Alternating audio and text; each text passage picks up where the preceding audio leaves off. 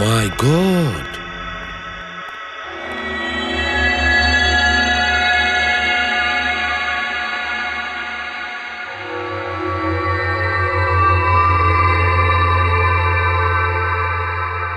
কি হয়েছিল এখানে আর কিভাবে?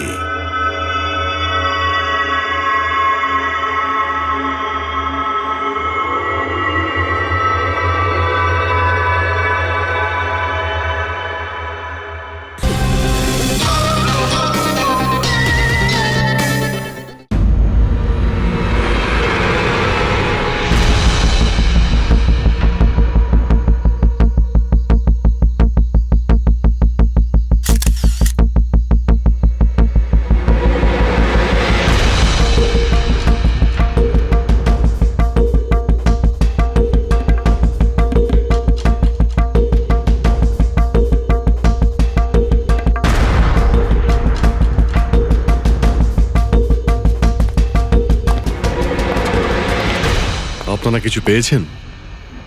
না স্যার, এমনিতেই তো জানা যায় যে কিভাবে আগুন লেগেছে, কিন্তু এখানে তো বোঝাই যাচ্ছে না যে আগুন লাগার কারণটা কি।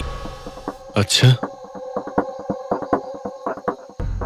দেখো অ্যাম্বুলেন্স কত দূর এলো। ঠিক আছে স্যার।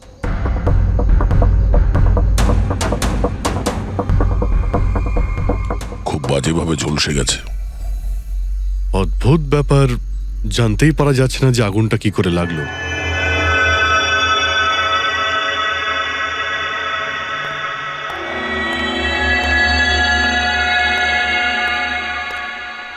কিভাবে হলো এইসব? সবকিছু তো একদম ঠিক ছিল, জানি না আগুন কি করে লাগলো। এতজন মানুষের অভিশাপ তো লাগবেই, তাই না? এই, কি বললে তুমি? আমি জানতে পেরেছিলাম স্যার যে দিলীপ স্যার কোনো কোর্টের কেসে ফেসে গেছিলেন। খুব বড়সড় কেস ছিল স্যার, কিন্তু কিছুদিন আগে ছাড়াও পেয়ে গেছিলেন। অনেকে এই নিয়ে রেগেও ছিলেন। আচ্ছা, এই ঘটনার সুযোগ নিয়ে কেউ ওকে মেরে দেয়নি তো? না, কোর্টে উনি নির্দোষ প্রমাণিত হয়েছিলেন, উনি কিচ্ছু করেননি। কি কি কেস ছিল? 9 বছর আগে জামাইবাবু থিয়েটারে আগুন লেগে গিয়েছিল, যার জন্য বেশ কয়েকজন মারাও গিয়েছিল, আর সমস্ত দোষ জামাইবাবুর ঘাড়ে চাপলো। এমনি এমনি কি করে আগুন লাগতে পারে? এটা নিশ্চয়ই কারোর প্ল্যানিং। কাউকে সন্দেহ হচ্ছে আপনাদের? এটা কে করতে পারে? যে কেউ করতে পারে, অনিতাও করতে পারে। কোন অনিতা? টনির ওয়াইফ, ও এখানে এসেও ছিল।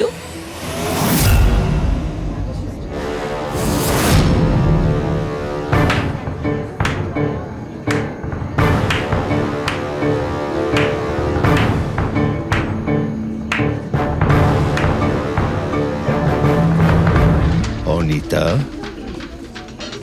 অন্য লোকের ঘর ভেঙে দিয়ে নিজের পরিবারের সঙ্গে এখানে ফুর্তি করা হচ্ছে। ভেরি গুড, ভেরি গুড, বাহ। কিন্তু একটা কথা মনে রেখো, ওই লোকগুলোর মতো তোমরাও ছটফট করে মরবে। সিকিউরিটি, এই চুপ, একদম চেঁচাবি না। বের করো একে বাইরে, বের করো। চলুন ম্যাম, বাইরে চলুন। আউট। মনে হচ্ছে তোদের কি পরিণতি হবে তা নিয়ে কোনো মাথা ব্যথা নেই। তোদের খারাপ সময় শুরু হয়ে গেছে, মনে রাখিস। তুই আমার টনির সাথে যা করেছিস না, মনে রাখিস, এরপরে তুই আর বেশি দিন বাঁচবি না, শুনেছিস? তুই এই নিয়ে যাবে কে? তুই আর বাঁচবি না, নরকে যাবি তুই। আর তাকিয়ে দেখছো কি? নিয়ে যাবে কে? তোকে নরক যন্ত্রণা ভোগ করতে হবে, ছটফট করে মরবি তুই, মনে রাখিস। আরে যা।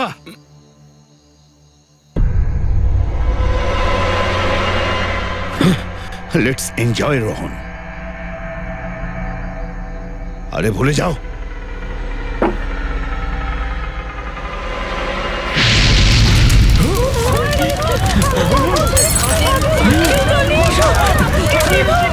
দিলীপ আর রোহনকে যে কেসে ফাঁসানো হয়েছিল, সেই কেসেই কোর্ট টনিকে শাস্তি দিয়েছিল। আচ্ছা, কে কে জানতো যে আপনারা এখানে রেস্টুরেন্টে আসবেন? জানি না স্যার। আচ্ছা, দিলীপ বাবু আসার আগে এই চেয়ারের আশেপাশে কাউকে দেখেছিলেন? কোনো অচেনা কাউকে? না স্যার, কাউকেই দেখিনি স্যার। এই টেবিলটাকে রিজার্ভ করেছিল? দিলীপবাবু ফোন করেছিলেন। বলেছিলেন যে আমাদের জন্য টেবিল রিজার্ভ করে রাখো।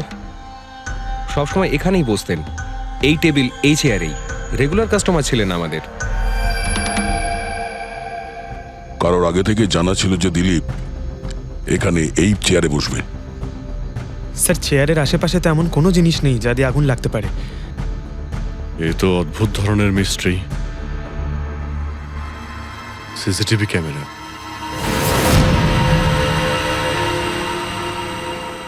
এর ফুটেজ থেকে জানতে পারা যাবে কি হয়েছিল এখানে। ও মাই গড, এসব কিভাবে হলো? কে করতে পারে এসব? ওই করেছে যে দিলীপকে খুন করেছে প্রমাণ লোপাটের জন্য। আর যে কেউ কিভাবে এই মনিটর রুমে চলে এলো? তোমার সিকিউরিটি কোথায়? স্যার, এই রুমে সিকিউরিটির কোনো প্রয়োজনই হয় না। এর আগে এরকম কখনোই হয়নি স্যার। স্যার স্যার আমার মনে হয় না সিসিটিভি ফুটেজ ডিলিট করার মতো সময়ের কাছে ছিল। ও শুধু ভাঙচুর করেছে। যদি আমরা কোনো এক্সপার্টকে ডাকি স্যার, তাহলে সে হয়তো হার্ড ডিস্ক থেকে রিকভার করতে পারবে।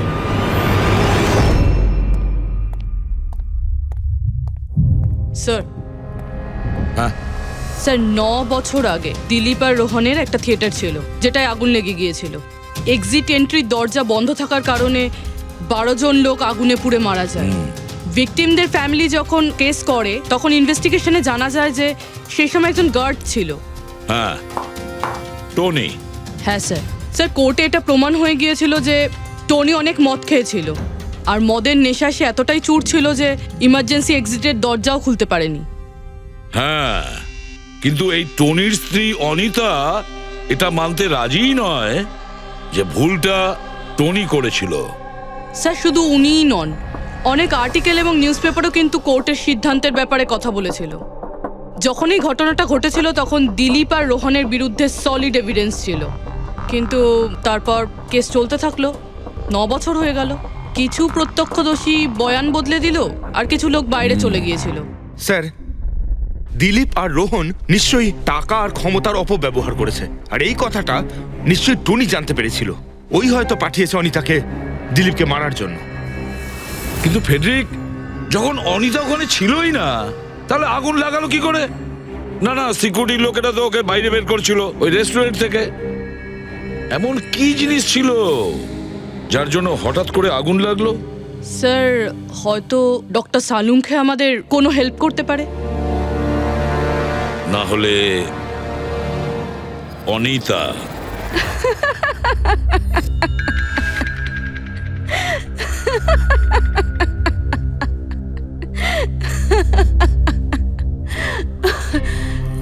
আপনারা তো অবাক হচ্ছেন কেন? আমার হাসি দেখে নাকি দিলীপের মৃত্যুর জন্য? দিলীপের মারা যাওয়াতে এত আনন্দ কিসের? আচ্ছা, আমি খুশি হব না তো আর কে হবে বলুন তো? কালকে রাত্রে রেস্টুরেন্টের থেকে বেরোনোর পর তুমি কোথায় গিয়েছিলে? জেলে আমার স্বামীর সঙ্গে দেখা করতে। ওয়ার্ডেনের কাছে সমস্ত রেকর্ড আছে, আপনারা চাইলে চেক করতে পারেন। সেটা তো আমরা করবই। আর এইটাও যে তুমি ওই আগুনটা লাগালে কিভাবে? কোনো কালো জাদু করেছিলে তুমি? দিলীপের গায়ে হঠাৎ করে আগুন লাগলো কি করে? কালো জাদু জানলে অবশ্যই প্রয়োগ করতাম, কিন্তু আমি খুব খুশি হয়েছি। দিলীপও ঠিক সেইভাবেই ছটপট করে মরেছে যেভাবে 9 বছর আগে ওই নিরীহ লোকগুলো মারা গেছিল, যেটা শাস্তি এখন আমার স্বামী টনি ভুগছে। তুমি এইটা কিভাবে বলতে পারো যে টনির কোনো ভুল ছিল না? তুমি তো ওখানে ছিলেই না। আমি ওখানে ছিলাম না, কিন্তু টনি এখানে ছিল। সেদিন ওর শরীর খারাপ ছিল। ওর মালিকদের মানে রোহন আর দিলীপকে বলে তাড়াতাড়ি বাড়ি চলে আসে আগুন লাগার অনেক আগেই। ভুল ওদের দুজনের ছিল। ওরাই পুরনো দরজা ঠিক করায়নি, যার জন্য ওখানে আগুনে পুড়ে অনেক লোক মারা গেছিল। আমার স্বামীর নয়, ওদের দুজনের দোষ ছিল। তাতে তোমার নিশ্চয়ই খুব রাগ হয়েছিল, ওদেরকে মেরে ফেলারও ইচ্ছে হয়েছিল। 12 জন মারা গেছিল ওখানে। আমার থেকে অনেক বেশি রাগ ওদের পরিবারের লোকেদের হয়েছিল, কিন্তু এখন হয়তো ওরা খুব খুশি। দিলীপের মৃত্যুর খবর শুনে খুব খুশি হয়েছে। ওরা আরো বেশি আনন্দ পাবে যেদিন রোহন পুড়ে মরবে।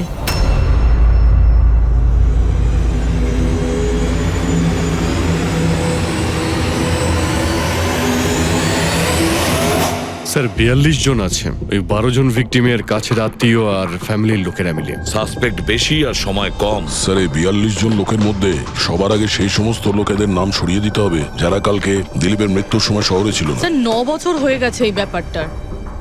হয়তো অনেক মানুষ দেশ ছেড়েও চলে গিয়েছে। আর কিছু লোক হয়তো এই পৃথিবীতেই আর নেই। তারপরেও খোঁজ তো নিতে হবে। দেখো কজন শহরে ছিল যখন দিলীপের মৃত্যু হয়।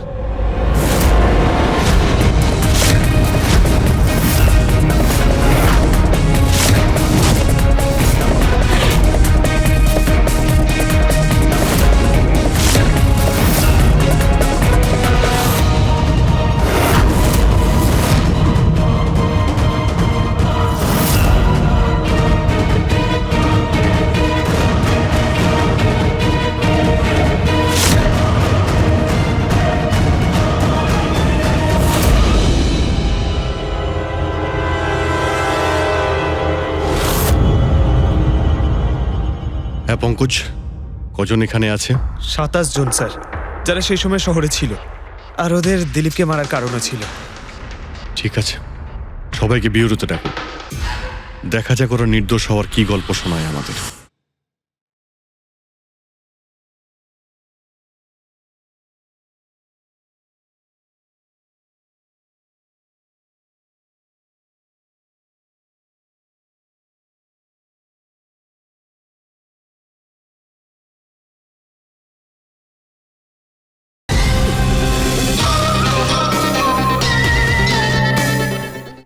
জেমস, তোমার বাবা 9 বছর আগে থিয়েটারে আগুন লাগার কারণে মারা গেছেন, তাই তো? Yes sir. আপনার হাজবেন্ড ফিল্ম একাই দেখতে গিয়েছিলেন? সেই দিন আমি বিজি ছিলাম, তাই উনি একাই চলে যান। কালকে রাত্রে কোথায় ছিলে তুমি? স্যার আমি আমার বন্ধুদের সঙ্গে ছিলাম। স্যার আমি পাসপোর্ট অফিসে গেছিলাম। ওই দুজনকে আমি এমনি এমনি ছেড়ে দেব না। তো কি করেছিলে তুমি? ভেবেছিলাম যে দিলীপের সাথে ফেস টু ফেস দেখা করব, আর ওকে জিজ্ঞেস করব যে তুমি এরকম কেন করলে। স্যার তারপরে আমি আমার বন্ধুদের সাথে বাড়িতে যাই। আমি আমার ওয়াইফের সাথে মলে ছিলাম। স্যার আমার বন্ধুদের জিজ্ঞাসা করতে পারেন। স্যার যদি ওর সাথে আমার দেখা হতো তাহলে ও রেস্টুরেন্টে বেঁচে ফিরতো না। দিলীপ ওর কর্মের শাস্তি পেয়ে গেছে। আমি রেস্টুরেন্ট থেকে জানতে পারলাম যখন যে দিলীপের সাথে কি হয়েছে, তখন মনে শান্তি পেলাম স্যার। আর বাকি থাকলো রোহন, ও তার কর্মের শাস্তি নিশ্চয়ই পাবে। এবার এই 27টা নামের মধ্যে তাদের নামগুলো রেখে দাও যারা ঘুরিয়ে ফিরিয়ে উত্তর দিচ্ছিল, আর যারা নিজেদের উত্তর অনেক আগে থেকেই তৈরি করে রেখেছিল।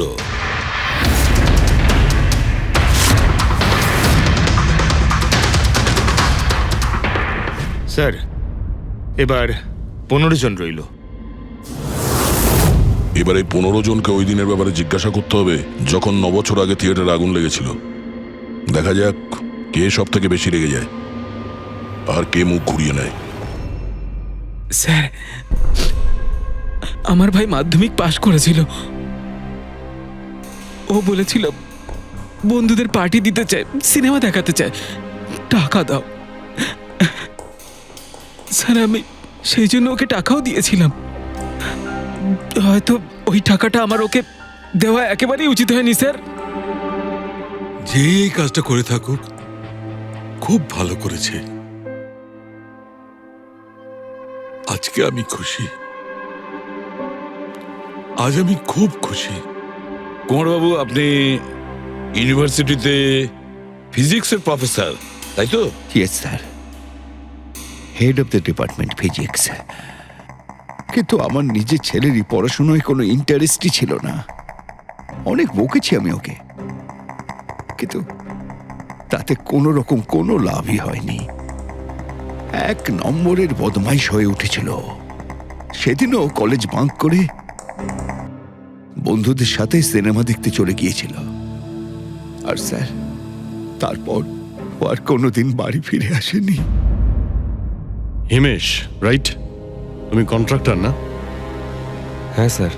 হিমেশ, 9 বছর আগে তুমি তোমার স্ত্রীর সঙ্গে সিনেমা দেখতে গিয়েছিল ওই সিনেমা হলে? আমাদের নতুন নতুন বিয়ে হয়েছিল, স্যালোনির সাথে সিনেমা দেখতে গিয়েছিলাম। ওর খুব খিদে পেয়েছিল, আমি সিঙ্গাড়া আনতে বাইরে গেছিলাম। আমি আমি ওখানে ফিরে গিয়ে দেখলাম ওখানকার দরজা লক হয়ে গেছে, আর ভেতর থেকে লোকেদের চিৎকার চেঁচামেচি শোনা যাচ্ছিল, আর আর খুব ধোঁয়া বেরোচ্ছিল ওখান থেকে। আমি স্যার দরজা খোলার অনেক চেষ্টা করেছিলাম, আমি খুব চেষ্টা করেছিলাম, আমি পাগলের মতো দরজায় ধাক্কা দিতে থাকি সালোনি সালোনি সালোনি বলে আমি চিৎকার করতে থাকি, কিন্তু আমি কিচ্ছু করতে পারিনি স্যার, আমি কিচ্ছু করতে পারিনি, আমার সালোনিকে আমি বাঁচাতে পারিনি। ওখানে তো একটা গার্ডও ছিল না টনি? ও কি দরজা খোলেনি? ছিল না স্যার। ওখানে কোনো গার্ড, মানে আর কাউকে দেখেছিলে তুমি? কেউ ছিল না স্যার, কেউ ছিল না। আমি 9 বছর আগে কোর্টে যে কথা বলেছি আজও তাই বলছি। যখন সিনেমা হলে আগুন লেগেছিল তখন টনি ওখানে ছিল না স্যার।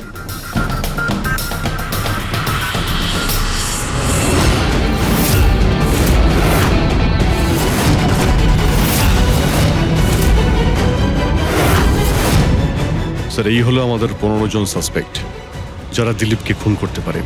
স্যার পুলিশ বলছিল যে ফায়ারম্যানরাও বলতে পারেনি যে আগুনের এক্স্যাক্ট সোর্সটা কোথায় ছিল। ওরা তো দেখা মাত্রই জানতে পেরে যায়, তাই না? জানতে পেরে যায় যে ওখানে এমন কি জিনিস ছিল যাতে আগুন ছড়িয়ে পড়ে, কিন্তু ওরা জানতে পারেনি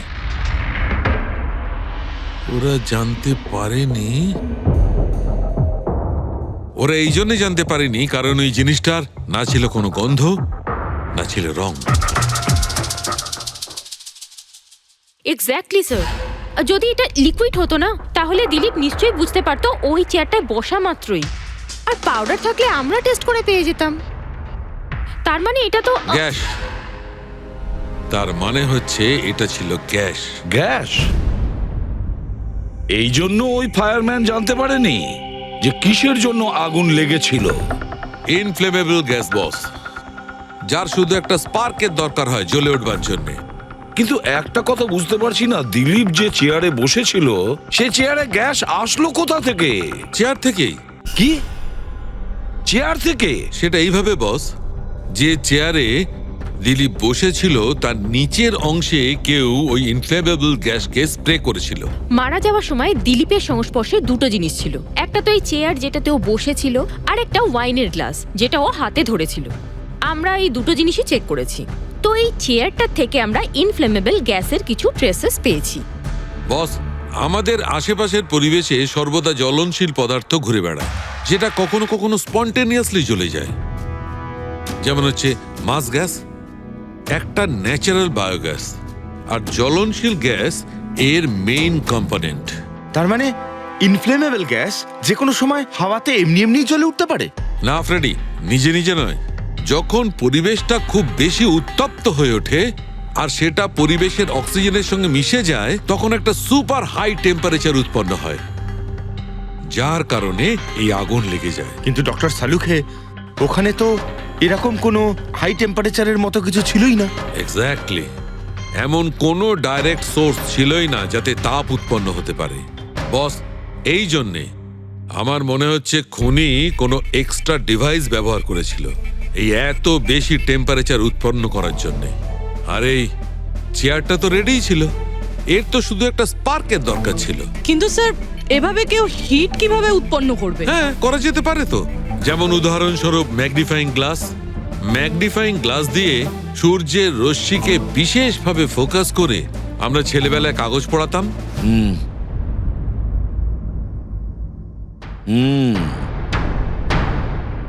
মনে হচ্ছে ওই রেস্টুরেন্টে আবার যেতে হবে, খোঁজ নিতে হবে কিসের থেকে আগুনটা লেগেছিল।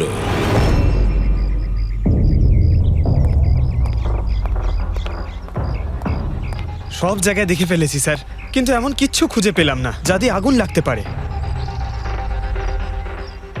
আর এটা ওপেন এয়ার রেস্টুরেন্ট। যখন খুনি দিলীপের চেয়ারের নিচে ওই ইনফ্লেমেবল গ্যাস স্প্রে করেছিল, কেউ তো দেখেছিল। সেটাই তো, চেয়ারে হঠাৎই আগুন লেগে যায় আর দিলীপ পুড়ে মারা যায়। কেউ কিছু দেখেনি আর না আমরা কোনো প্রমাণ পাচ্ছি। স্যার, ওই data expert CCTV footage recover করে ফেলেছে, আপনারা দেখতে পারেন স্যার। গুড। দয়া, তুমি গিয়ে দেখো, ততক্ষণ আমি এখানে দেখছি কিছু পাওয়া যায় কিনা। স্যার, দিলীপ আর ওর ফ্যামিলি আসার 15 মিনিট আগের ফুটেজ এটা।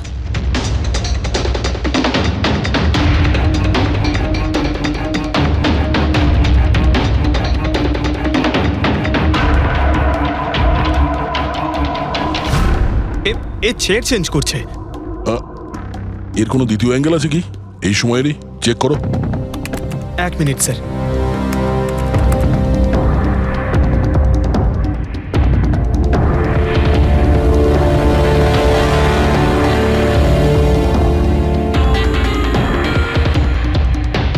ও চেয়ারটার সঙ্গে কি করছে?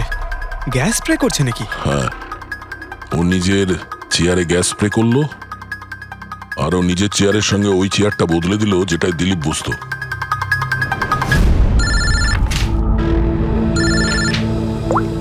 হ্যাঁ দয়া। আচ্ছা, গ্রেট, গুড ওয়ার্ক দয়া, গুড ওয়ার্ক। কি হলো স্যার? যে দিলীপের চেয়ারটা কারসাজি করেছিল তার খোঁজ পাওয়া গেছে। সে আসলে একটা লোক, ওর শারীরিক গঠনটাও জানা গেছে। আর দেখি আমরা, দয়া ফটোটা পাঠাচ্ছে।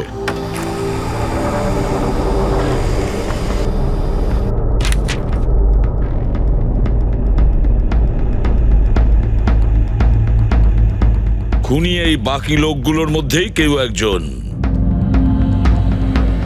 এদেরই মধ্যে কেউ। আর এবার এর পরের শিকার রোহান।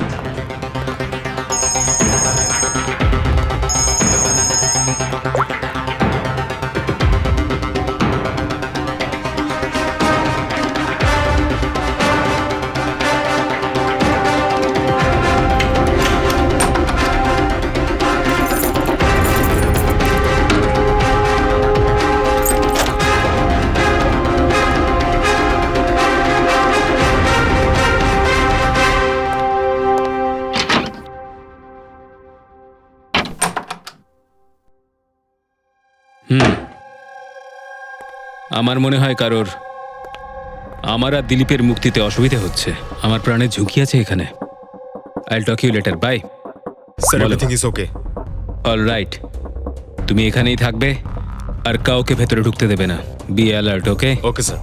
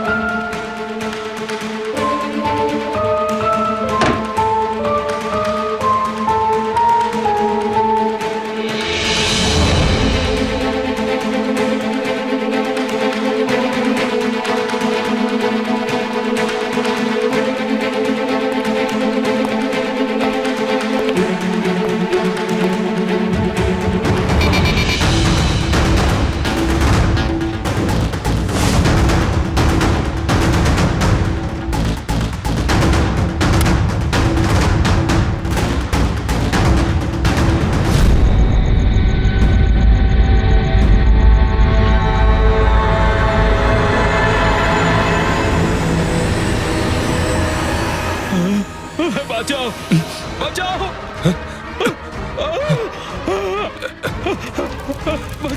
বাঁচাও, বাঁচাও, বাঁচাও, ওকে জল দাও, জল, বাঁচাও, বাঁচাও, বাঁচাও। স্যার, স্যার, স্যার, স্যার, এক মিনিট স্যার। স্যার, বাঁচাও, স্যার, কোথায় আপনি? জল, জল দাও, স্যার, বাঁচাও, বাঁচাও।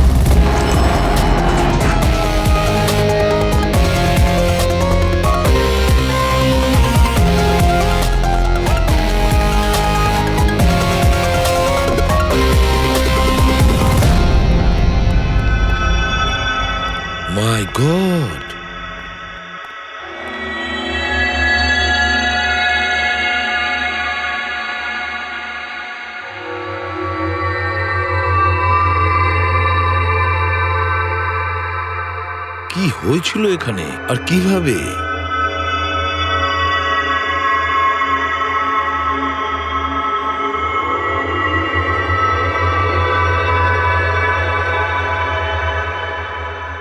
এখানে আর অন্য কোনো জিনিসের স্মেল পাওয়া যাচ্ছে না, শুধু এই পোড়া লাশটার দুর্গন্ধ ছাড়া। মানে স্যার এই মার্ডারটাও ইনফ্লেমেবল গ্যাস দিয়েই করা হয়েছে। হয়তো।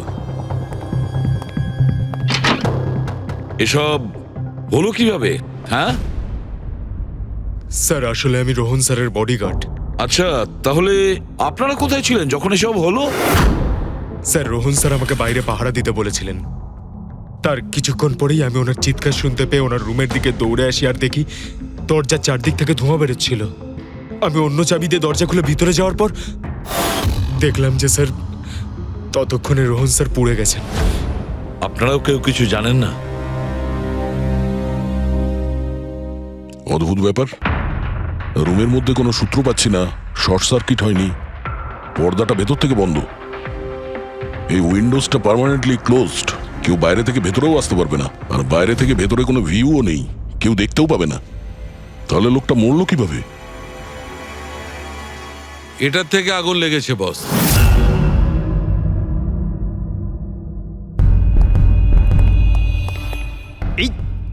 এই জিনিসটা দিয়ে এটা কি স্যার? এটা হচ্ছে ফিলামেন্ট। ফিলামেন্ট? ইলেকট্রিক বাল্বের ভেতরের ফিলামেন্ট।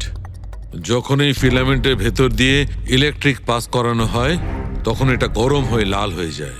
বস, খুনিও এই টেকনিকটাই ব্যবহার করেছে ওই জ্বলনশীল গ্যাসটাকে জ্বালানোর জন্য। কিন্তু ওই রেস্টুরেন্টে যেখানে দিলীপ মারা গিয়েছিল ওখানে তো আমরা এরকম কোনো ফিলামেন্টের মতন কিছু পাইনি। বস, এত ছোট্ট একটা জিনিস, ওটা খোলা জায়গা, হয়তো কোথাও উড়ে চলে গেছে, কিন্তু এখানে তো পুরো ঘরটাই বন্ধ, তাই জন্যে খাটের তলায় এটা আমি পেয়ে গেছি। কিন্তু স্যার ফিলামেন্ট দিয়ে ইলেকট্রিক পাস করানোর জন্য ওয়্যারসের কোনো না কোনো কানেকশন তো থাকা উচিত বেড পর্যন্ত। আছে, এখানেই নিশ্চয় কোথাও আছে। পুরো বেড চেক করেছি আমরা, রুমটাও চেক করেছি, এরকম কিছুই তো পাইনি আমরা।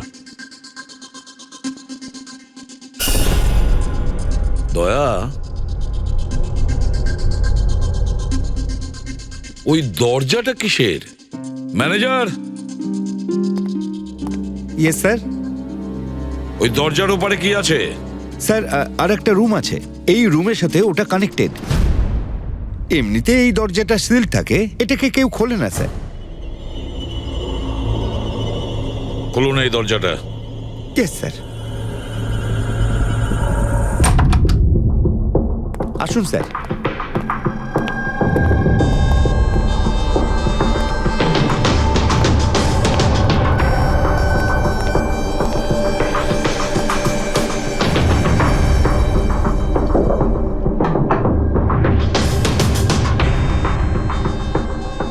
আচ্ছা ম্যানেজার বাবু, কার রুম এটা? কে থাকে এই রুমটাতে? কোনো একজন গেস্ট স্যার, ডিটেলস চেক করতে হবে। দেখুন। Okay sir.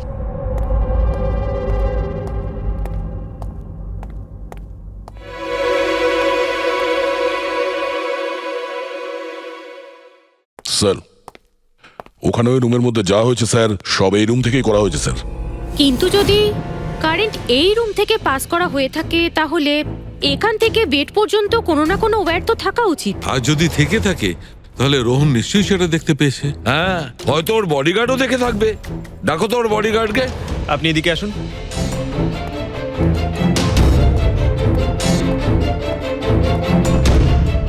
একটা কথা বলো, যখন তুমি রোহনের ঘরে এসেছিল তখন কোনো তার দেখেছিলে এখানে, এই দরজা থেকে ওই রুম পর্যন্ত কোনো কিছু? না স্যার, রোহন স্যার এই রুমে ঢোকার আগে আমি এই রুমটাকে খুব ভালো করে চেক করেছিলাম, কিন্তু তার বা সেরকম কিছু আমার চোখে পড়েনি। ঠিক আছে, যাও তুমি। যাই হোক না কেন দয়া, খুনি এই দরজাটা ব্যবহার করেছে। এই দরজা দিয়ে রোহনের রুমে আসে আর রোহনের বেডে ইনফ্লেমেবল গ্যাস স্প্রে করে, আর যে কোনো ভাবেই হোক ফিলামেন্টে কারেন্ট দিয়ে দেয়, তাতে ফিলামেন্ট গরম হয়ে যায় আর ইনফ্লেমেবল গ্যাসে আগুন ধরে যায়, আর তাতে রোহনের মৃত্যু হয়। বস, একটা কথা কিন্তু ঠিক, খুনি যেই হোক না কেন তার ইলেকট্রিক আর কেমিক্যাল সম্পর্কে খুব ভালো জ্ঞান আছে। প্রফেসর কুমার, ফিজিক্সের প্রফেসর কুমার, ওর থেকে আর কে বেশি জানতে পারে এই ব্যাপারে? দয়া, স্যার। ওই প্রফেসর কুমারের সঙ্গে দেখা করো। স্যার। দয়া, আমিও যাব তোমার সঙ্গে।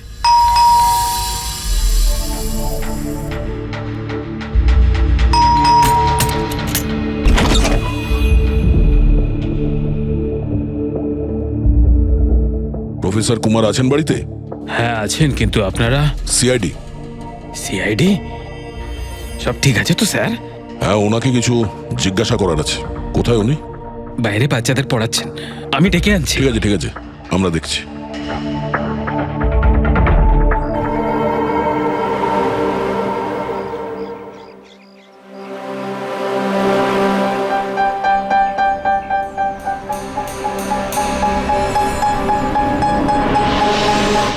মিস্টার কুমার, আপনার কাছে আমাদের কিছু জিজ্ঞাসাবাদ আছে। বলুন, কি জানতে চান? আপনি এটাকে চেনেন? এটা তো ফিলামেন্ট। গুড, ঠিক চিনেছেন আপনি। আপনি জানেন আমরা এই ফিলামেন্টটা কোথা থেকে পেয়েছি? সেটা তো আপনারাই বলতে পারবেন কোথা থেকে পেয়েছেন। রোহনের বিছানার নিচে। কাল রাত্রে রোহন ওই বিছানাতেই পুড়ে মারা গেছে। হোয়াট? রোহনও মারা গেছে? কাল রাত্রে আপনি কোথায় ছিলেন? রাত 9টা থেকে ভোর 3টে পর্যন্ত। আপনারা আমাকে সন্দেহ করছেন? এটা আমাদের প্রশ্নের উত্তর হলো না মিস্টার কুমার। কাল আমি সারা দিন আর সারা রাত্রি বাড়িতেই ছিলাম। কোনো প্রমাণ? আগে আমার কাজের লোক রামু আর বিকাশ, প্লিজ কাম হিয়ার।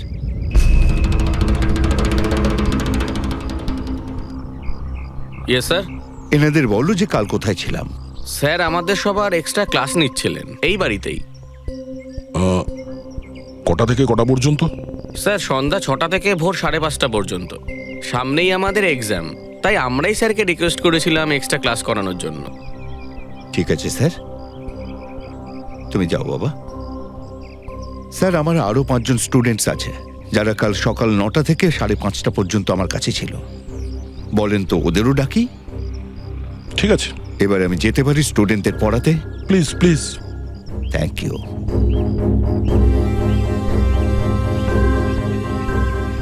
হ্যাঁ, তাহলে আমি যেটা বলছিলাম যে শোল্ডারিং ওয়্যার ছাড়াও আমরা মাদারবোর্ড ফিক্সড করতে পারি with the help of adhesive conductor.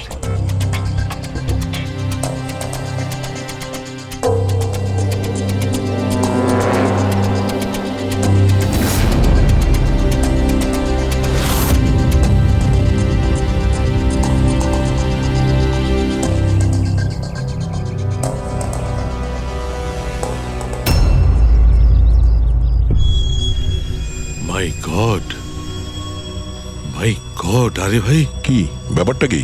আরে ভাই, এই ভুলটা আমি কি করে করলাম? কি গড, বুড়ো হয়ে গেছি আমি বুড়ো হয়ে গেছি।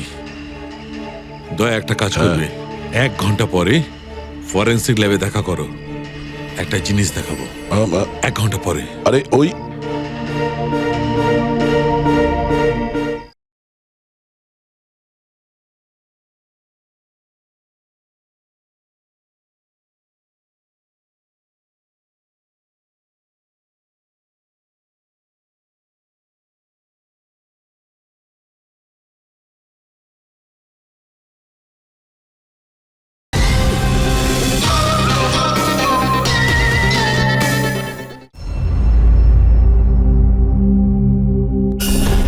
হ্যাঁ বস, একটা কাজ করো, এই সুইচটা দিয়ে ওই বাল্বগুলোকে জ্বালাও। এই সুইচ দিয়ে? এই সুইচ দিয়ে? হ্যাঁ হ্যাঁ, এই সুইচটা দিয়ে। আরে এর মধ্যে কোনো কানেকশন দেওয়া নেই, কিভাবে জ্বলবে? তুমি প্রশ্ন করো না, কখনো কখনো আমার কথাটাও মেনে নাও। কখনো কখনো। এই অন করলাম। কই স্যার, কিছুই তো হলো না। হবে হবে। আরে কি হবে? কিছুই হবে না। হবে ভাই, বিলিভ মি, হবে। 1 মিনিট। আরে ওর শরীর ঠিক আছে তো? হ্যাঁ স্যার, জানি না কি হয়েছে, প্রফেসর কুমারের সঙ্গে দেখা করে আসার পর থেকেই উনি বাল্ব নিয়ে খেলে যাচ্ছেন। একটা কথা বলো, ওই ফিঙ্গারপ্রিন্ট গুলোর খবর কি, যেগুলো তুমি হোটেলের লোকেদের কাছ থেকে নিয়েছিলে আর ওই রুমটা থেকে নিয়েছিলে? স্যার, অনেক ফিঙ্গারপ্রিন্টস পাওয়া গেছে, কিন্তু সবগুলো স্টাফ মেম্বারসদেরই, এছাড়া আর কারোর পাওয়া যায়নি। এটা কিভাবে সম্ভব? এই যে দাদা, একটু এই দিকেও দেখুন। হ্যাঁ হ্যাঁ দেখছি। হ্যাঁ,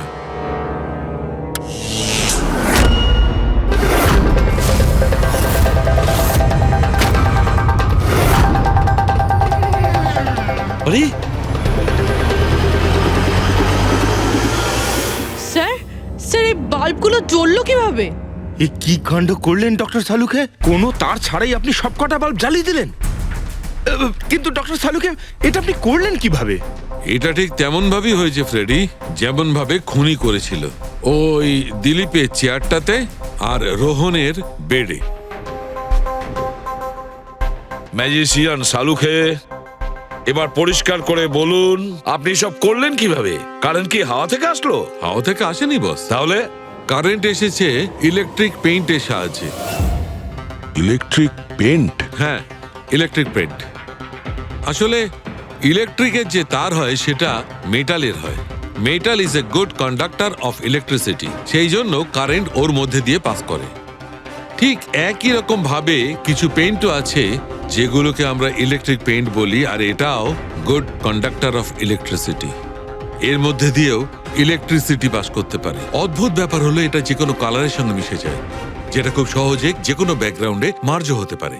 ও, এই কারণেই আমরা হোটেলের রুমে আর রেস্টুরেন্টে কিছু দেখতে পাইনি স্যার। এক্স্যাক্টলি দয়া, খুনি আসলে হোটেলের রুমের আর রেস্টুরেন্টের ফ্লোরের দুটোর কালার এই কালারের সঙ্গে ম্যাচ করেছে, এই জন্য আমরা দেখতে পাইনি। তার মানে ইলেকট্রিক কারেন্ট, এই ইলেকট্রিক পেন্ট, এটা কি খুব সহজেই পাওয়া যায়? হ্যাঁ, পাওয়া যায়। আসলে এটা ইলেকট্রিক সোল্ডারিং আর রিপেয়ারিং এর কাজে লাগে। আর এটা সবচেয়ে বড় বিশেষত্ব হলো যে এটা সাধারণত খালি চোখে এটা দেখা যায় না, শুধুমাত্র ইনফ্রারেড লাইটেই এটা দেখা যায়। আমি দেখাচ্ছি।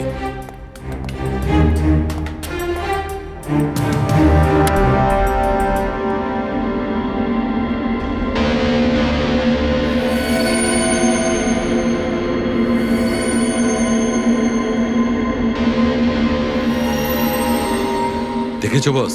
হ্যাঁ, খনিও ঠিক এইভাবেই ইলেকট্রিক পেইন্টের ব্যবহার করেছে আর এই সার্কিট তৈরি করেছে।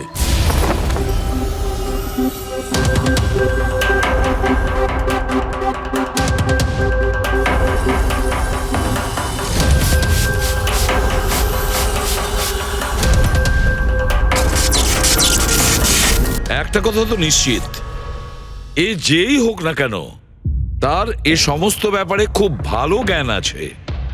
কিন্তু স্যার এদের মধ্যে খুনিকে? ওই প্রফেসরের সঙ্গে তো কথা বলে নিয়েছি স্যার, ও তো না। এই বংশী, এই লোকটা তো একজন ক্লার্ক, কিন্তু আমার মনে হয় না যে একজন ক্লার্কের সায়েন্সের ব্যাপারে এত জ্ঞান থাকতে পারে। স্যার, এদের মধ্যে সবথেকে বেশি শিক্ষিত তো ওই প্রফেসরকেই মনে হচ্ছে। এটা এমন কেউ হতে পারে যেটা প্রফেসরের মতো ইন্টেলিজেন্ট নয়, অথচ এই ব্যাপারে অনেক কিছুই জানেন।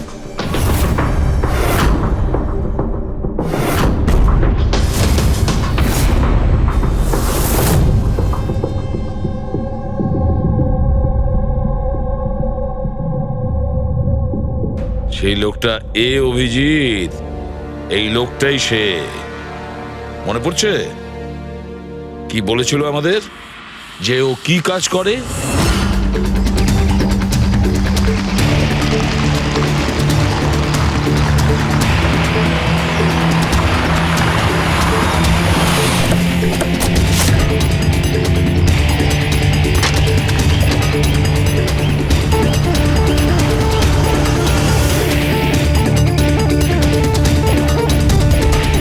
যাওয়া যাক শ্বশুর বাড়ি।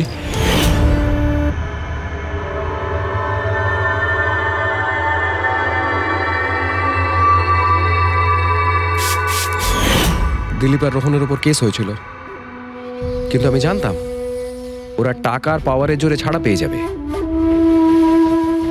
কিন্তু ওদের কাছে টাকা থাকলে আমার কাছে ছিল বুদ্ধি। অনেক মাস ধরে ওদের আমি ফলো করেছি, ওরা কোথায় যাচ্ছে, কি করছে, কার সাথে দেখা করছে, সবকিছু। আর শেষ পর্যন্ত ওদের দুজনকে মারার উপায় আমি পেয়েই যাই, ইলেকট্রিক পেন্ট আর সার্কিটের মাধ্যমে। এই দুটো জিনিসের বিষয়ে আমি খুব ভালো করে জানতাম। ব্যাস, দিয়ে দিলাম দুজনকে শাস্তি।